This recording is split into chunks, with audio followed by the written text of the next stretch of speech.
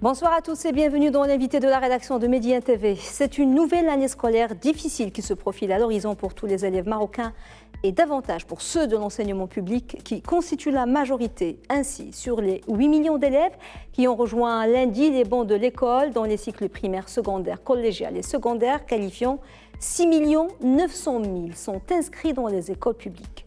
Les difficultés d'apprentissage et la déperdition scolaire qui sclérosent le système public ont été malheureusement aggravées par les répercussions de la pandémie et de l'enseignement à distance. Aujourd'hui, de nouveaux élèves, des milliers, sont venus s'ajouter aux élèves déjà en grande difficulté avant le Covid. Beaucoup ont décroché par manque de moyens techniques, d'ordinateurs, de connexion, d'encadrement. Plus que jamais, le rôle des associations qui œuvrent dans le domaine du soutien scolaire est primordial et urgent pour soutenir le système public et récupérer les élèves en décrochage scolaire. Parmi les associations qui œuvrent depuis des années dans ce secteur en étroite collaboration avec le ministère de l'Éducation nationale, la Fondation Sanadi, qui œuvre contre l'abandon et l'échec scolaire des élèves des établissements publics issus des milieux socio-économiques défavorisés, ruraux et périurbains, dont nous avons le plaisir de recevoir ce soir la directrice générale, Madame Dalila Barada. Madame Dalila Barada, bonsoir et merci beaucoup d'avoir accepté notre invitation. Merci Soumia, merci pour l'invitation. Je suis ravie d'être parmi vous ce soir sur ce plateau. Je vous en prie, Madame. Alors, d'abord, la Fondation Sanadi, c'est une fondation très importante. Elle est devenue incontournable à travers les années pour l'action qu'elle mène et aussi pour sa collaboration avec le ministère de l'Éducation. Elle a même des modèles dont le ministère s'est inspiré. Quelle est l'histoire de cette fondation et quels sont ses principaux, moi je lui dis brièvement, ses champs d'intervention? Très bien. Alors, Sanadi est une association qui existe depuis presque 14 ans maintenant. On est reconnu d'utilité publique et on en est très fiers. Oui. Alors, Sanadi œuvre uniquement dans le domaine de l'éducation. On œuvre pour la lutte contre l'abandon scolaire et plus spécifiquement à travers le soutien scolaire. Et quand on dit soutien scolaire, en réalité, il y a deux volets. Il y a le soutien de l'élève, mais soutien de l'école, accompagnement de l'école. Donc, on essaie d'être sur ces deux fronts en parallèle. Vous dites, Dalila Barada, accompagnement de l'école, est-ce que c'est l'accompagnement pédagogique des enseignants ou bien même les infrastructures? Alors, vous savez, nous sommes une association, donc nous faisons en fonction des budgets que nous avons, de nos bailleurs de fonds qui ont aussi des objectifs. Donc, on essaie de concilier tout ça avec les besoins des écoles et on fait de notre mieux. Donc en effet, ça peut être l'infrastructure, mais ce n'est pas ça notre principal axe de travail. En fait, les causes de l'abandon scolaire sont multiples. Parmi les causes principales, parce qu'on parle toujours de l'infrastructure, mais en réalité, parmi les causes principales de l'abandon scolaire, c'est l'échec et le redoublement. C'est-à-dire vous avez des élèves qui vont à l'école quelques années, après ils voient qu'ils n'apprennent rien, qu'ils redoublent, qu'ils échouent et ils abandonnent tout simplement. Donc nous, en fait, c'est sur ce volet-là qu'on se concentre. Oui. Donc on travaille avec les élèves à travers des cours de soutien scolaire, des activités complémentaires, mais on travaille aussi étroitement avec l'école, le directeur d'école, les enseignants de l'école, parfois l'infrastructure de l'école, pour essayer ensemble d'améliorer tout ça et de faire de l'école une école du succès. Absolument. Est-ce qu'il arrive que des élèves qui sont en décrochage scolaire, ça veut dire qui ont quitté les bancs de l'école, qu'ils bénéficient du soutien et qu'ils soient réintégrés par votre intermédiaire? Oui, alors c'est pas réintégré. Alors on a un impact certain parce qu'on le mesure chaque année, on a des outils pour mesurer un peu l'évolution de nos élèves et l'impact de nos actions. Mais je ne dirais pas réintégré parce que nous on travaille avec des élèves qui sont dans le circuit scolaire, pas des enfants qui ont abandonné. Avant qu'ils ne décrochent, mais on travaille avec des enfants qui sont sur le point d'abandonner parce qu'ils ont échoué plusieurs fois, parce qu'ils sont en dessous de la moyenne et qui risquent d'échouer. Et on essaye de les accompagner pour qu'ils passent haut les mains. Alors, le staff, les enseignants, les accompagnateurs, est-ce que ce sont des bénévoles ou est-ce que ce sont du personnel fixe à la Fondation? Alors, on a une convention avec le ministère de l'École nationale, déjà qui nous permet d'utiliser les locaux des écoles publiques après les heures. D'accord. Donc, on travaille déjà dans l'école, dans les locaux de l'école. Et nous avons fait le choix de travailler avec, en très grande majorité, les enseignants de l'école publique. Parce qu'on pense que toutes les actions que nous, en tant qu'association, devons faire, doivent bénéficier à l'école, doivent bénéficier aux enseignants et donc aux élèves de l'école publique. Donc, en fait, on travaille avec des profs, mais après leurs heures de travail, ils sont avec nous comme vacataires. Ça veut dire qu'ils sont payés à l'heure sur leur travail. Et on est obligé de faire ça parce que nous avons un programme qui se déroule toute l'année scolaire. Au lieu qu'ils aillent faire des heures sup, ailleurs, ils le font avec nous. Et c'est encore mieux parce que c'est encadré et parce qu'il y a des objectifs bien fixés. C'est pas toujours plus lucratif, on va dire, entre guillemets, pour les profs, mais on a des profs engagés. Oui. Voilà, on a des profs engagés qui veulent travailler main dans la main avec nous pour une grande action qui fait bénéficier toute l'école finalement. Alors, ces 3 années, 2-3 années ont été très, très, très difficiles avec la pandémie, avec l'enseignement à distance. Jusqu'à quel point la pandémie a impacté les élèves et leur niveau? Déjà, ils étaient en difficulté, comme vous le dites. Alors, qu'est-ce que vous avez remarqué? De plus. De plus, oui. Alors, impact désastreux. Bon, la pandémie, bon, c'est pas quelque chose de marocain, c'est partout dans le monde, ça a été désastreux partout. Déjà, on a tous été touchés comme individus, ça a perturbé nos vies. Et donc, les élèves, déjà, ils ont été perturbés en tant qu'individus, ils ont vécu au rythme des maladies, des décès, voilà. Mais aussi en tant qu'élèves, parce qu'ils sont dans une phase d'acquisition de savoir, de compétences, et tout ça a été stoppé. Alors, l'impact, déjà, le plus évident et direct, c'est déjà le temps scolaire. Ils sont passés d'un emploi du temps avec tant d'heures par semaine à rien pendant plusieurs mois, puis à mi-temps, puis à fermeture 1 mois, puis un élève malade, il ne va pas 2 semaines, son ami de classe malade, classe fermée, le prof malade. Donc, c'est pas quelque chose de... Donc, déjà, le temps scolaire a été nul ou réduit et ça a fait évidemment des gros retards sur les programmes scolaires. Au-delà des retards sur les programmes scolaires, il y a aussi une perturbation du rythme parce qu'à cet âge, il y a une discipline, il y a des rituels. On se réveille, on va à l'école. Leur vie sociale est majoritairement à l'école. La récréation, jouer avec les amis, faire la route. Tout ça n'était pas plus de rythme. On n'a pas besoin de se réveiller, de dormir à l'heure, etc. Donc, ça a beaucoup perturbé. Même maintenant, la reprise, la discipline et tout est difficile. Mais en plus de tout ça, ce qui rajoute un niveau de difficulté, en fait, il y a peut-être 2 éléments qui sont importants à signaler. D'abord, les enfants, malheureusement, n'ont pas, les élèves, parce qu'il y a les jeunes aussi, ne sont pas tous égaux face à la pandémie, malheureusement à l'impact. Les plus défavorisés, malheureusement, d'ailleurs partout dans le monde, mais on a beaucoup de rurales défavorisées, beaucoup peut-être plus chez nous, dans nos pays, ont été beaucoup plus touchés. C'est-à-dire que s'il n'y a pas de télé, il n'y a pas d'émission de soutien sur la télé. S'il n'y a pas d'ordinateur, de tablette, de smartphone, de connexion, toutes les actions qui ont été faites pour un petit peu pallier, ben, ils n'y ont pas eu accès. Pour certains, il n'y a pas eu d'école à distance, il y a eu 2 ans ou 3 ans de pas d'école, quasiment. De rien. De cours entrecoupés, etc. De rien, malheureusement. Oui. Est-ce que vous êtes présent dans toutes les régions du Maroc ou est-ce que vous travaillez dans des régions beaucoup plus que d'autres, des régions qui seraient beaucoup plus touchées par ce phénomène que d'autres? Alors, on est prêt à travailler partout au Maroc, notre structure nous le permet. Mais bon, comme je vous dis, on est une association. Donc, on va là où nos fonds nous permettent d'aller. Et puis, évidemment, de toute manière, les besoins existent dans toutes les régions. C'est-à-dire que dans toutes les régions, on voit les écoles, il y a un classement des écoles, il y a des taux de redoublement, il y a plusieurs indicateurs qui nous permettent de détecter dans chaque région, dans chaque province, là où il y a le plus de besoins. Donc en fait, il y a du besoin partout. Donc j'invite toutes les associations, où qu'elles soient, à aller sur le terrain. Il y a des besoins vraiment partout. Est-ce que la déperdition, enfin j'imagine, les filles sont souvent, on le remarque dernièrement, beaucoup plus brillantes que les garçons.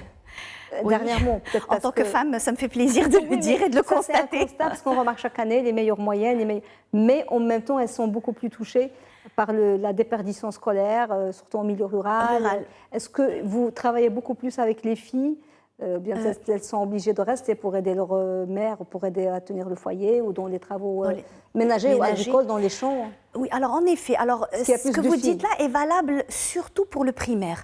Parce que le primaire, les petites filles sont dépendantes de leurs parents et très souvent, s'il faut sortir quelqu'un de l'école, c'est d'abord les filles. Bon, il y a toutes les pressions sociales, il y a certaines traditions, etc. C'est pas grave, elle va se marier. Voilà, c'est moins important qu'elle soit instruite qu'un garçon, etc. Et puis, il y a aussi l'infrastructure. Vous savez, l'abandon scolaire des filles est parfois lié au manque de sanitaire, par exemple, dans les écoles.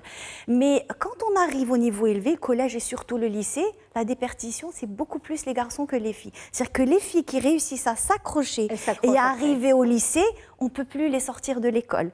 Et les garçons, c'est les mauvais élèves du lycée. Les filles s'accrochent beaucoup plus quand elles en ont l'occasion. Ils se dispersent, ils ont beaucoup plus besoin d'orienter, parce que vous êtes aussi dans l'orientation. Exactement. Parce que des fois, arriver au collège, à la fin des études de collège, ou bien même après le bac, même après le bac. Alors en fait, nous, l'orientation, on l'a débuté un petit peu par hasard. Là, c'est justement des étudiants, c'est des lauréats, qui ont eu des programmes d'orientation, une bourse, et que voilà, maintenant ils sont diplômés. Là, cela, c'est l'Universialis d'Agadir. On est très fiers d'eux.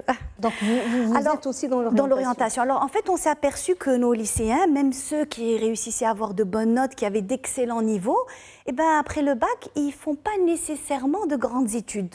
Les ambitions sont très souvent petites, surtout dans le rural. En fait, ils n'ont pas d'exemple de réussite autour d'eux. Il n'y a pas d'exemple à suivre. Ils voient de l'échec, ils voient du chômage. Aussi par ignorance. Ils ne savent pas ce qu'il y a comme Ils n'ont pas accès à l'information et voilà. Donc, nous avons décidé de mettre des conseillers en orientation pour les aider à trouver leur voie et à leur ouvrir des horizons. Il n'y a pas de sous-métier, il n'y a pas de métier moins bien que d'autres, mais il faut qu'ils choisissent en connaissance de cause et de ce qui est le mieux par rapport à leur capacité. Il leur convient. Voilà. Alors, ces 2 années ou 3 années de pandémie étaient aussi un moment de remise en question et de réflexion pour tout le monde et pour vous. Et j'imagine que vous avez dû adapter votre programme et vos accompagnements. Quelles sont les grandes nouveautés ? Alors, les grandes nouveautés, il y en a beaucoup. Sur tous les fronts, ça foisonne de partout. Alors, si je dois me concentrer sur peut-être le plus important, alors, en effet, notre programme pédagogique, il faut qu'on rattrape le retard dû au Covid.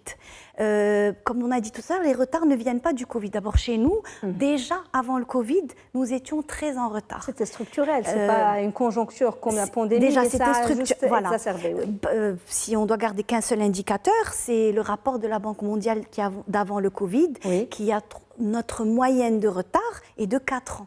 Ça veut dire qu'un élève qui est en 6e année du primaire, en réalité, il a un niveau de 2e année du primaire. Donc ça, c'est avant Covid.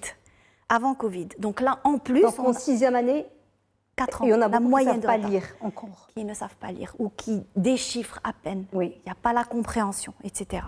Donc, et ça, c'est quand même un grand problème.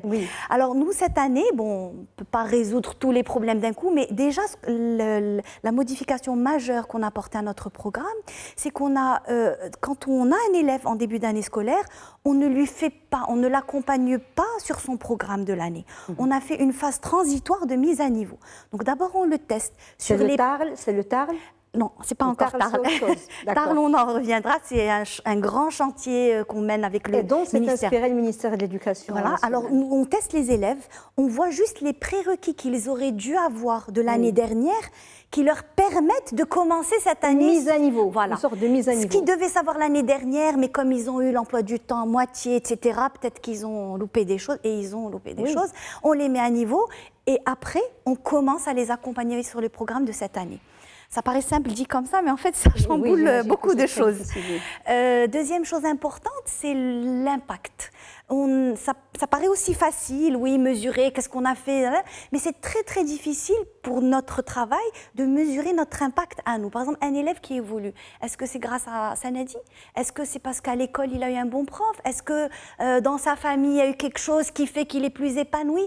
On ne peut pas savoir, tout est un peu enchevêtré. Donc chaque année, on essaie d'affiner nos outils de mesure parce que le mieux on se mesure, le plus on s'améliore. Et donc voilà, ça c'est un grand chantier qu'on a démarré cette année. La mise à niveau. Voilà, et tout ça bien sûr implique des nouveautés en termes de formation parce que quel quelle que soit la nouveauté, si elle ne descend pas sur le terrain et qu'elle ne va pas jusqu'à l'élève, ça reste des réunions de bureau, des décisions de salles de réunion. Oui. Donc notre travail, c'est d'essayer d'imaginer des choses bien, de les concevoir, de bien les transmettre à nos enseignants, parce que c'est eux le maillon le plus important qui va aller à l'élève. Et les profs doivent s'approprier tout ça pour le transmettre aux élèves. Est-ce que vous avez plus ou moins, même si ce n'est pas exact, un chiffre de bénéficiaires par an? Oui. Alors, on a un chiffre de bénéficiaires par an. Cette année, par exemple, on démarre en octobre, parce que nous, on est toujours décalé par rapport à l'école. On estime qu'on va avoir entre 28 et 30 000 élèves cette année. Ah, quand même. C'est plus que les années précédentes ou Oui, c'est plus. Alors nous, en fait, on a eu un partenariat stratégique il y a 3 ans avec l'INDH qui a changé notre vie. Donc on est passé de 5 000 élèves à 30 000 en 3 ans. On s'est multiplié par 6 en 3 ans. Et ce partenariat avec l'INDH a été très important pour nous, non seulement en termes de bénéficiaires touchés par nos actions, mais aussi en termes de programmes, parce que l'INDH encourage beaucoup l'innovation. Oui. Donc elle nous permet de tester des programmes. Donc on a beaucoup enrichi notre programme. Oui. Et en termes de partenariat, je précise aussi que nous avons aussi nos partenaires historiques qui sont des sociétés privées. Oui. Qui étaient à l'origine de la création de Sanadi. Au départ, c'était des entreprises privées qui finançaient un programme de soutien pour les enfants de leurs ouvriers, puis pour des enfants d'écoles mitoyennes ou de villages. Et puis voilà, ça s'est étendu comme ça.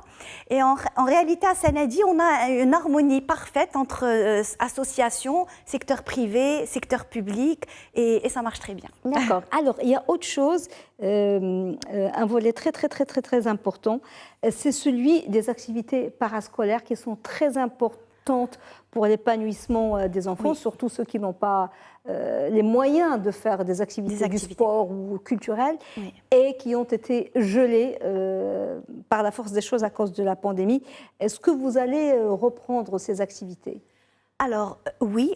Quelles sont les principales activités? Alors, en effet, à cause de la pandémie, il n'y a pas eu classe, mais même quand les cours ont repris à moitié, etc., l'interdiction de se réunir à plus d'un certain nombre et tout ça, ont gelé certaines activités.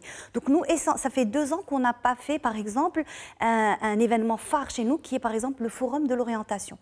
On le fait 2 fois par an. C'est une journée où on réunit des professionnels avec nos lycéens, des étudiants qui viennent parler de leurs premières années d'université. On conseille, les lycéens rentrent dans des ateliers, ils voient de près ce que chaque métier implique, etc. Donc pendant 2 ans, on n'a pas pu le faire parce qu'on ne pouvait pas rassembler plus d'un certain nombre d'élèves. Donc on le reprend cette année et on en est ravis.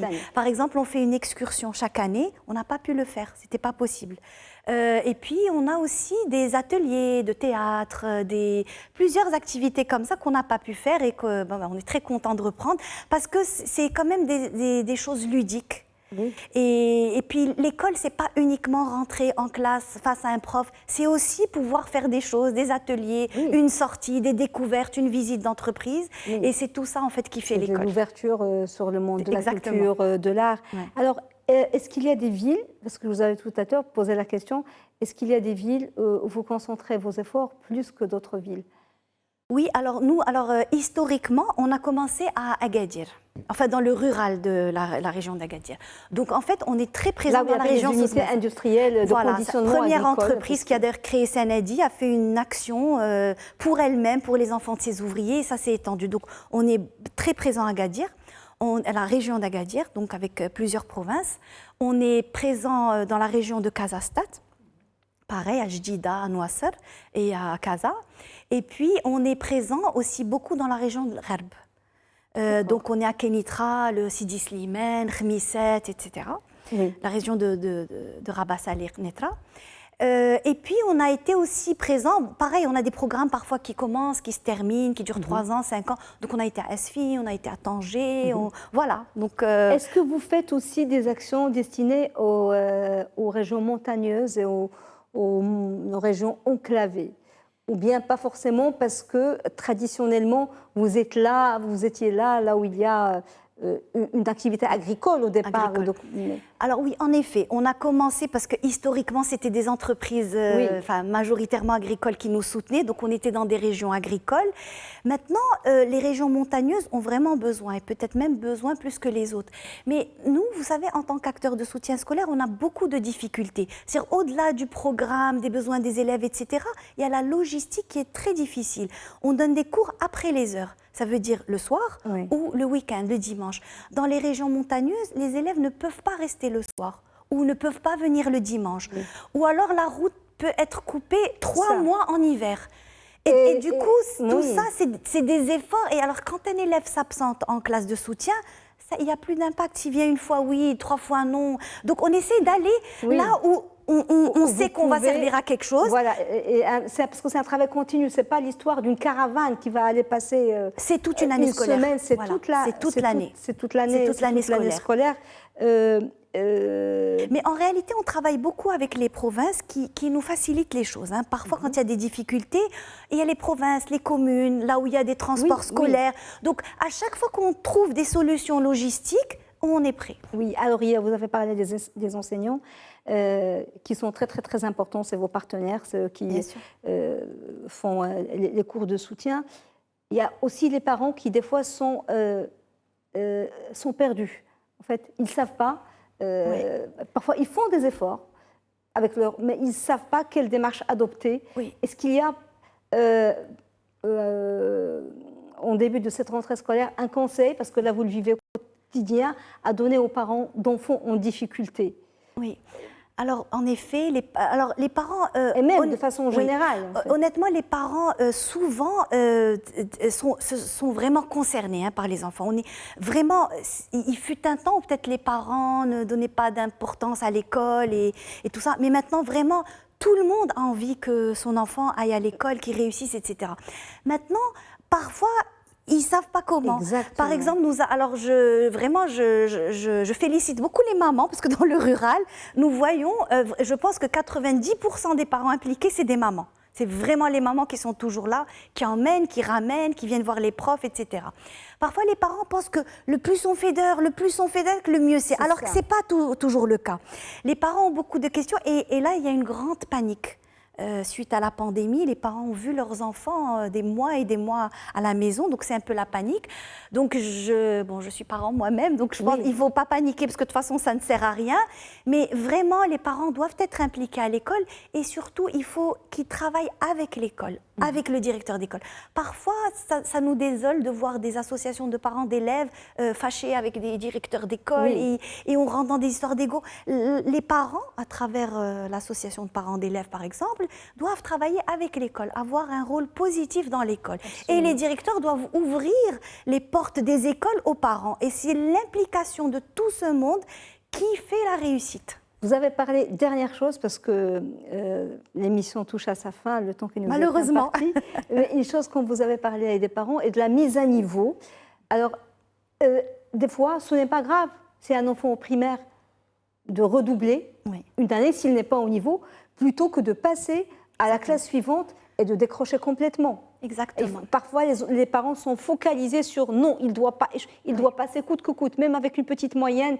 Et après, c'est l'effet boule de neige, parce que les difficultés grandissent d'année d'après année. Est-ce que les parents doivent intégrer ça? Il vaut mieux se mettre à niveau, rattraper le retard, quitte à redoubler quand on est petit. Exactement. Vous savez, quand il y a un manque de savoir, on peut réussir une année, on peut réussir la prochaine, on peut malheureusement réussir beaucoup d'autres, mais à un moment, ça s'arrête et ça s'effondre. Donc, il ne faut pas chercher. C'est-à-dire que si l'école trouve que cet élève a de mauvaises notes, ou doit redoubler, les parents ne devraient pas contester. Parce qu'ils s'acharnent maintenant. Parce qu'ils s'acharnent. Il faut que les profs soient présents, il faut qu'ils soient à l'écoute et il faut plutôt qu'ils voient pourquoi cet élève a eu de mauvais résultats. Parce qu'il y a eu dernièrement aussi, on voit dans l'école publique et privée encore plus, des enfants qui réussissent avec des moyennes très basses, ils ne leur rendent pas service. Ça ne leur rend pas service. Alors, pour juste rester sur ce sujet, parce que vous avez évoqué Tarl tout à l'heure, alors c'est un gros projet que le ministère de l'Éducation nationale entreprend en ce moment même. On a eu la chance de réfléchir ensemble sur ça et on est en pleine période de test de ce programme. Et ça montre exactement ce que vous dites. En fait, Tarl, c'est un programme qui est axé uniquement sur les savoirs fondamentaux, les bases, lire, écrire, compter. Et quand on prend des élèves, quel que soit leur âge, leur niveau du primaire, on a des élèves qui ne savent pas lire, écrire et compter, qui sont en 3e année, en 4e, en 5e, en 6e. Et ça nous questionne sur l'intérêt d'avoir de bonnes notes, de réussir. Ce qui compte, c'est les acquis, ce n'est pas les niveaux. Merci beaucoup, Delila Barada, d'avoir été avec nous, d'avoir répondu à nos questions. Je rappelle que vous êtes directrice générale de la Fondation Sanadi. Merci, madame. Merci, Soumia. Merci. Madame, monsieur, merci beaucoup de nous avoir suivis. Bonne suite des programmes sur Média TV. Très belle soirée.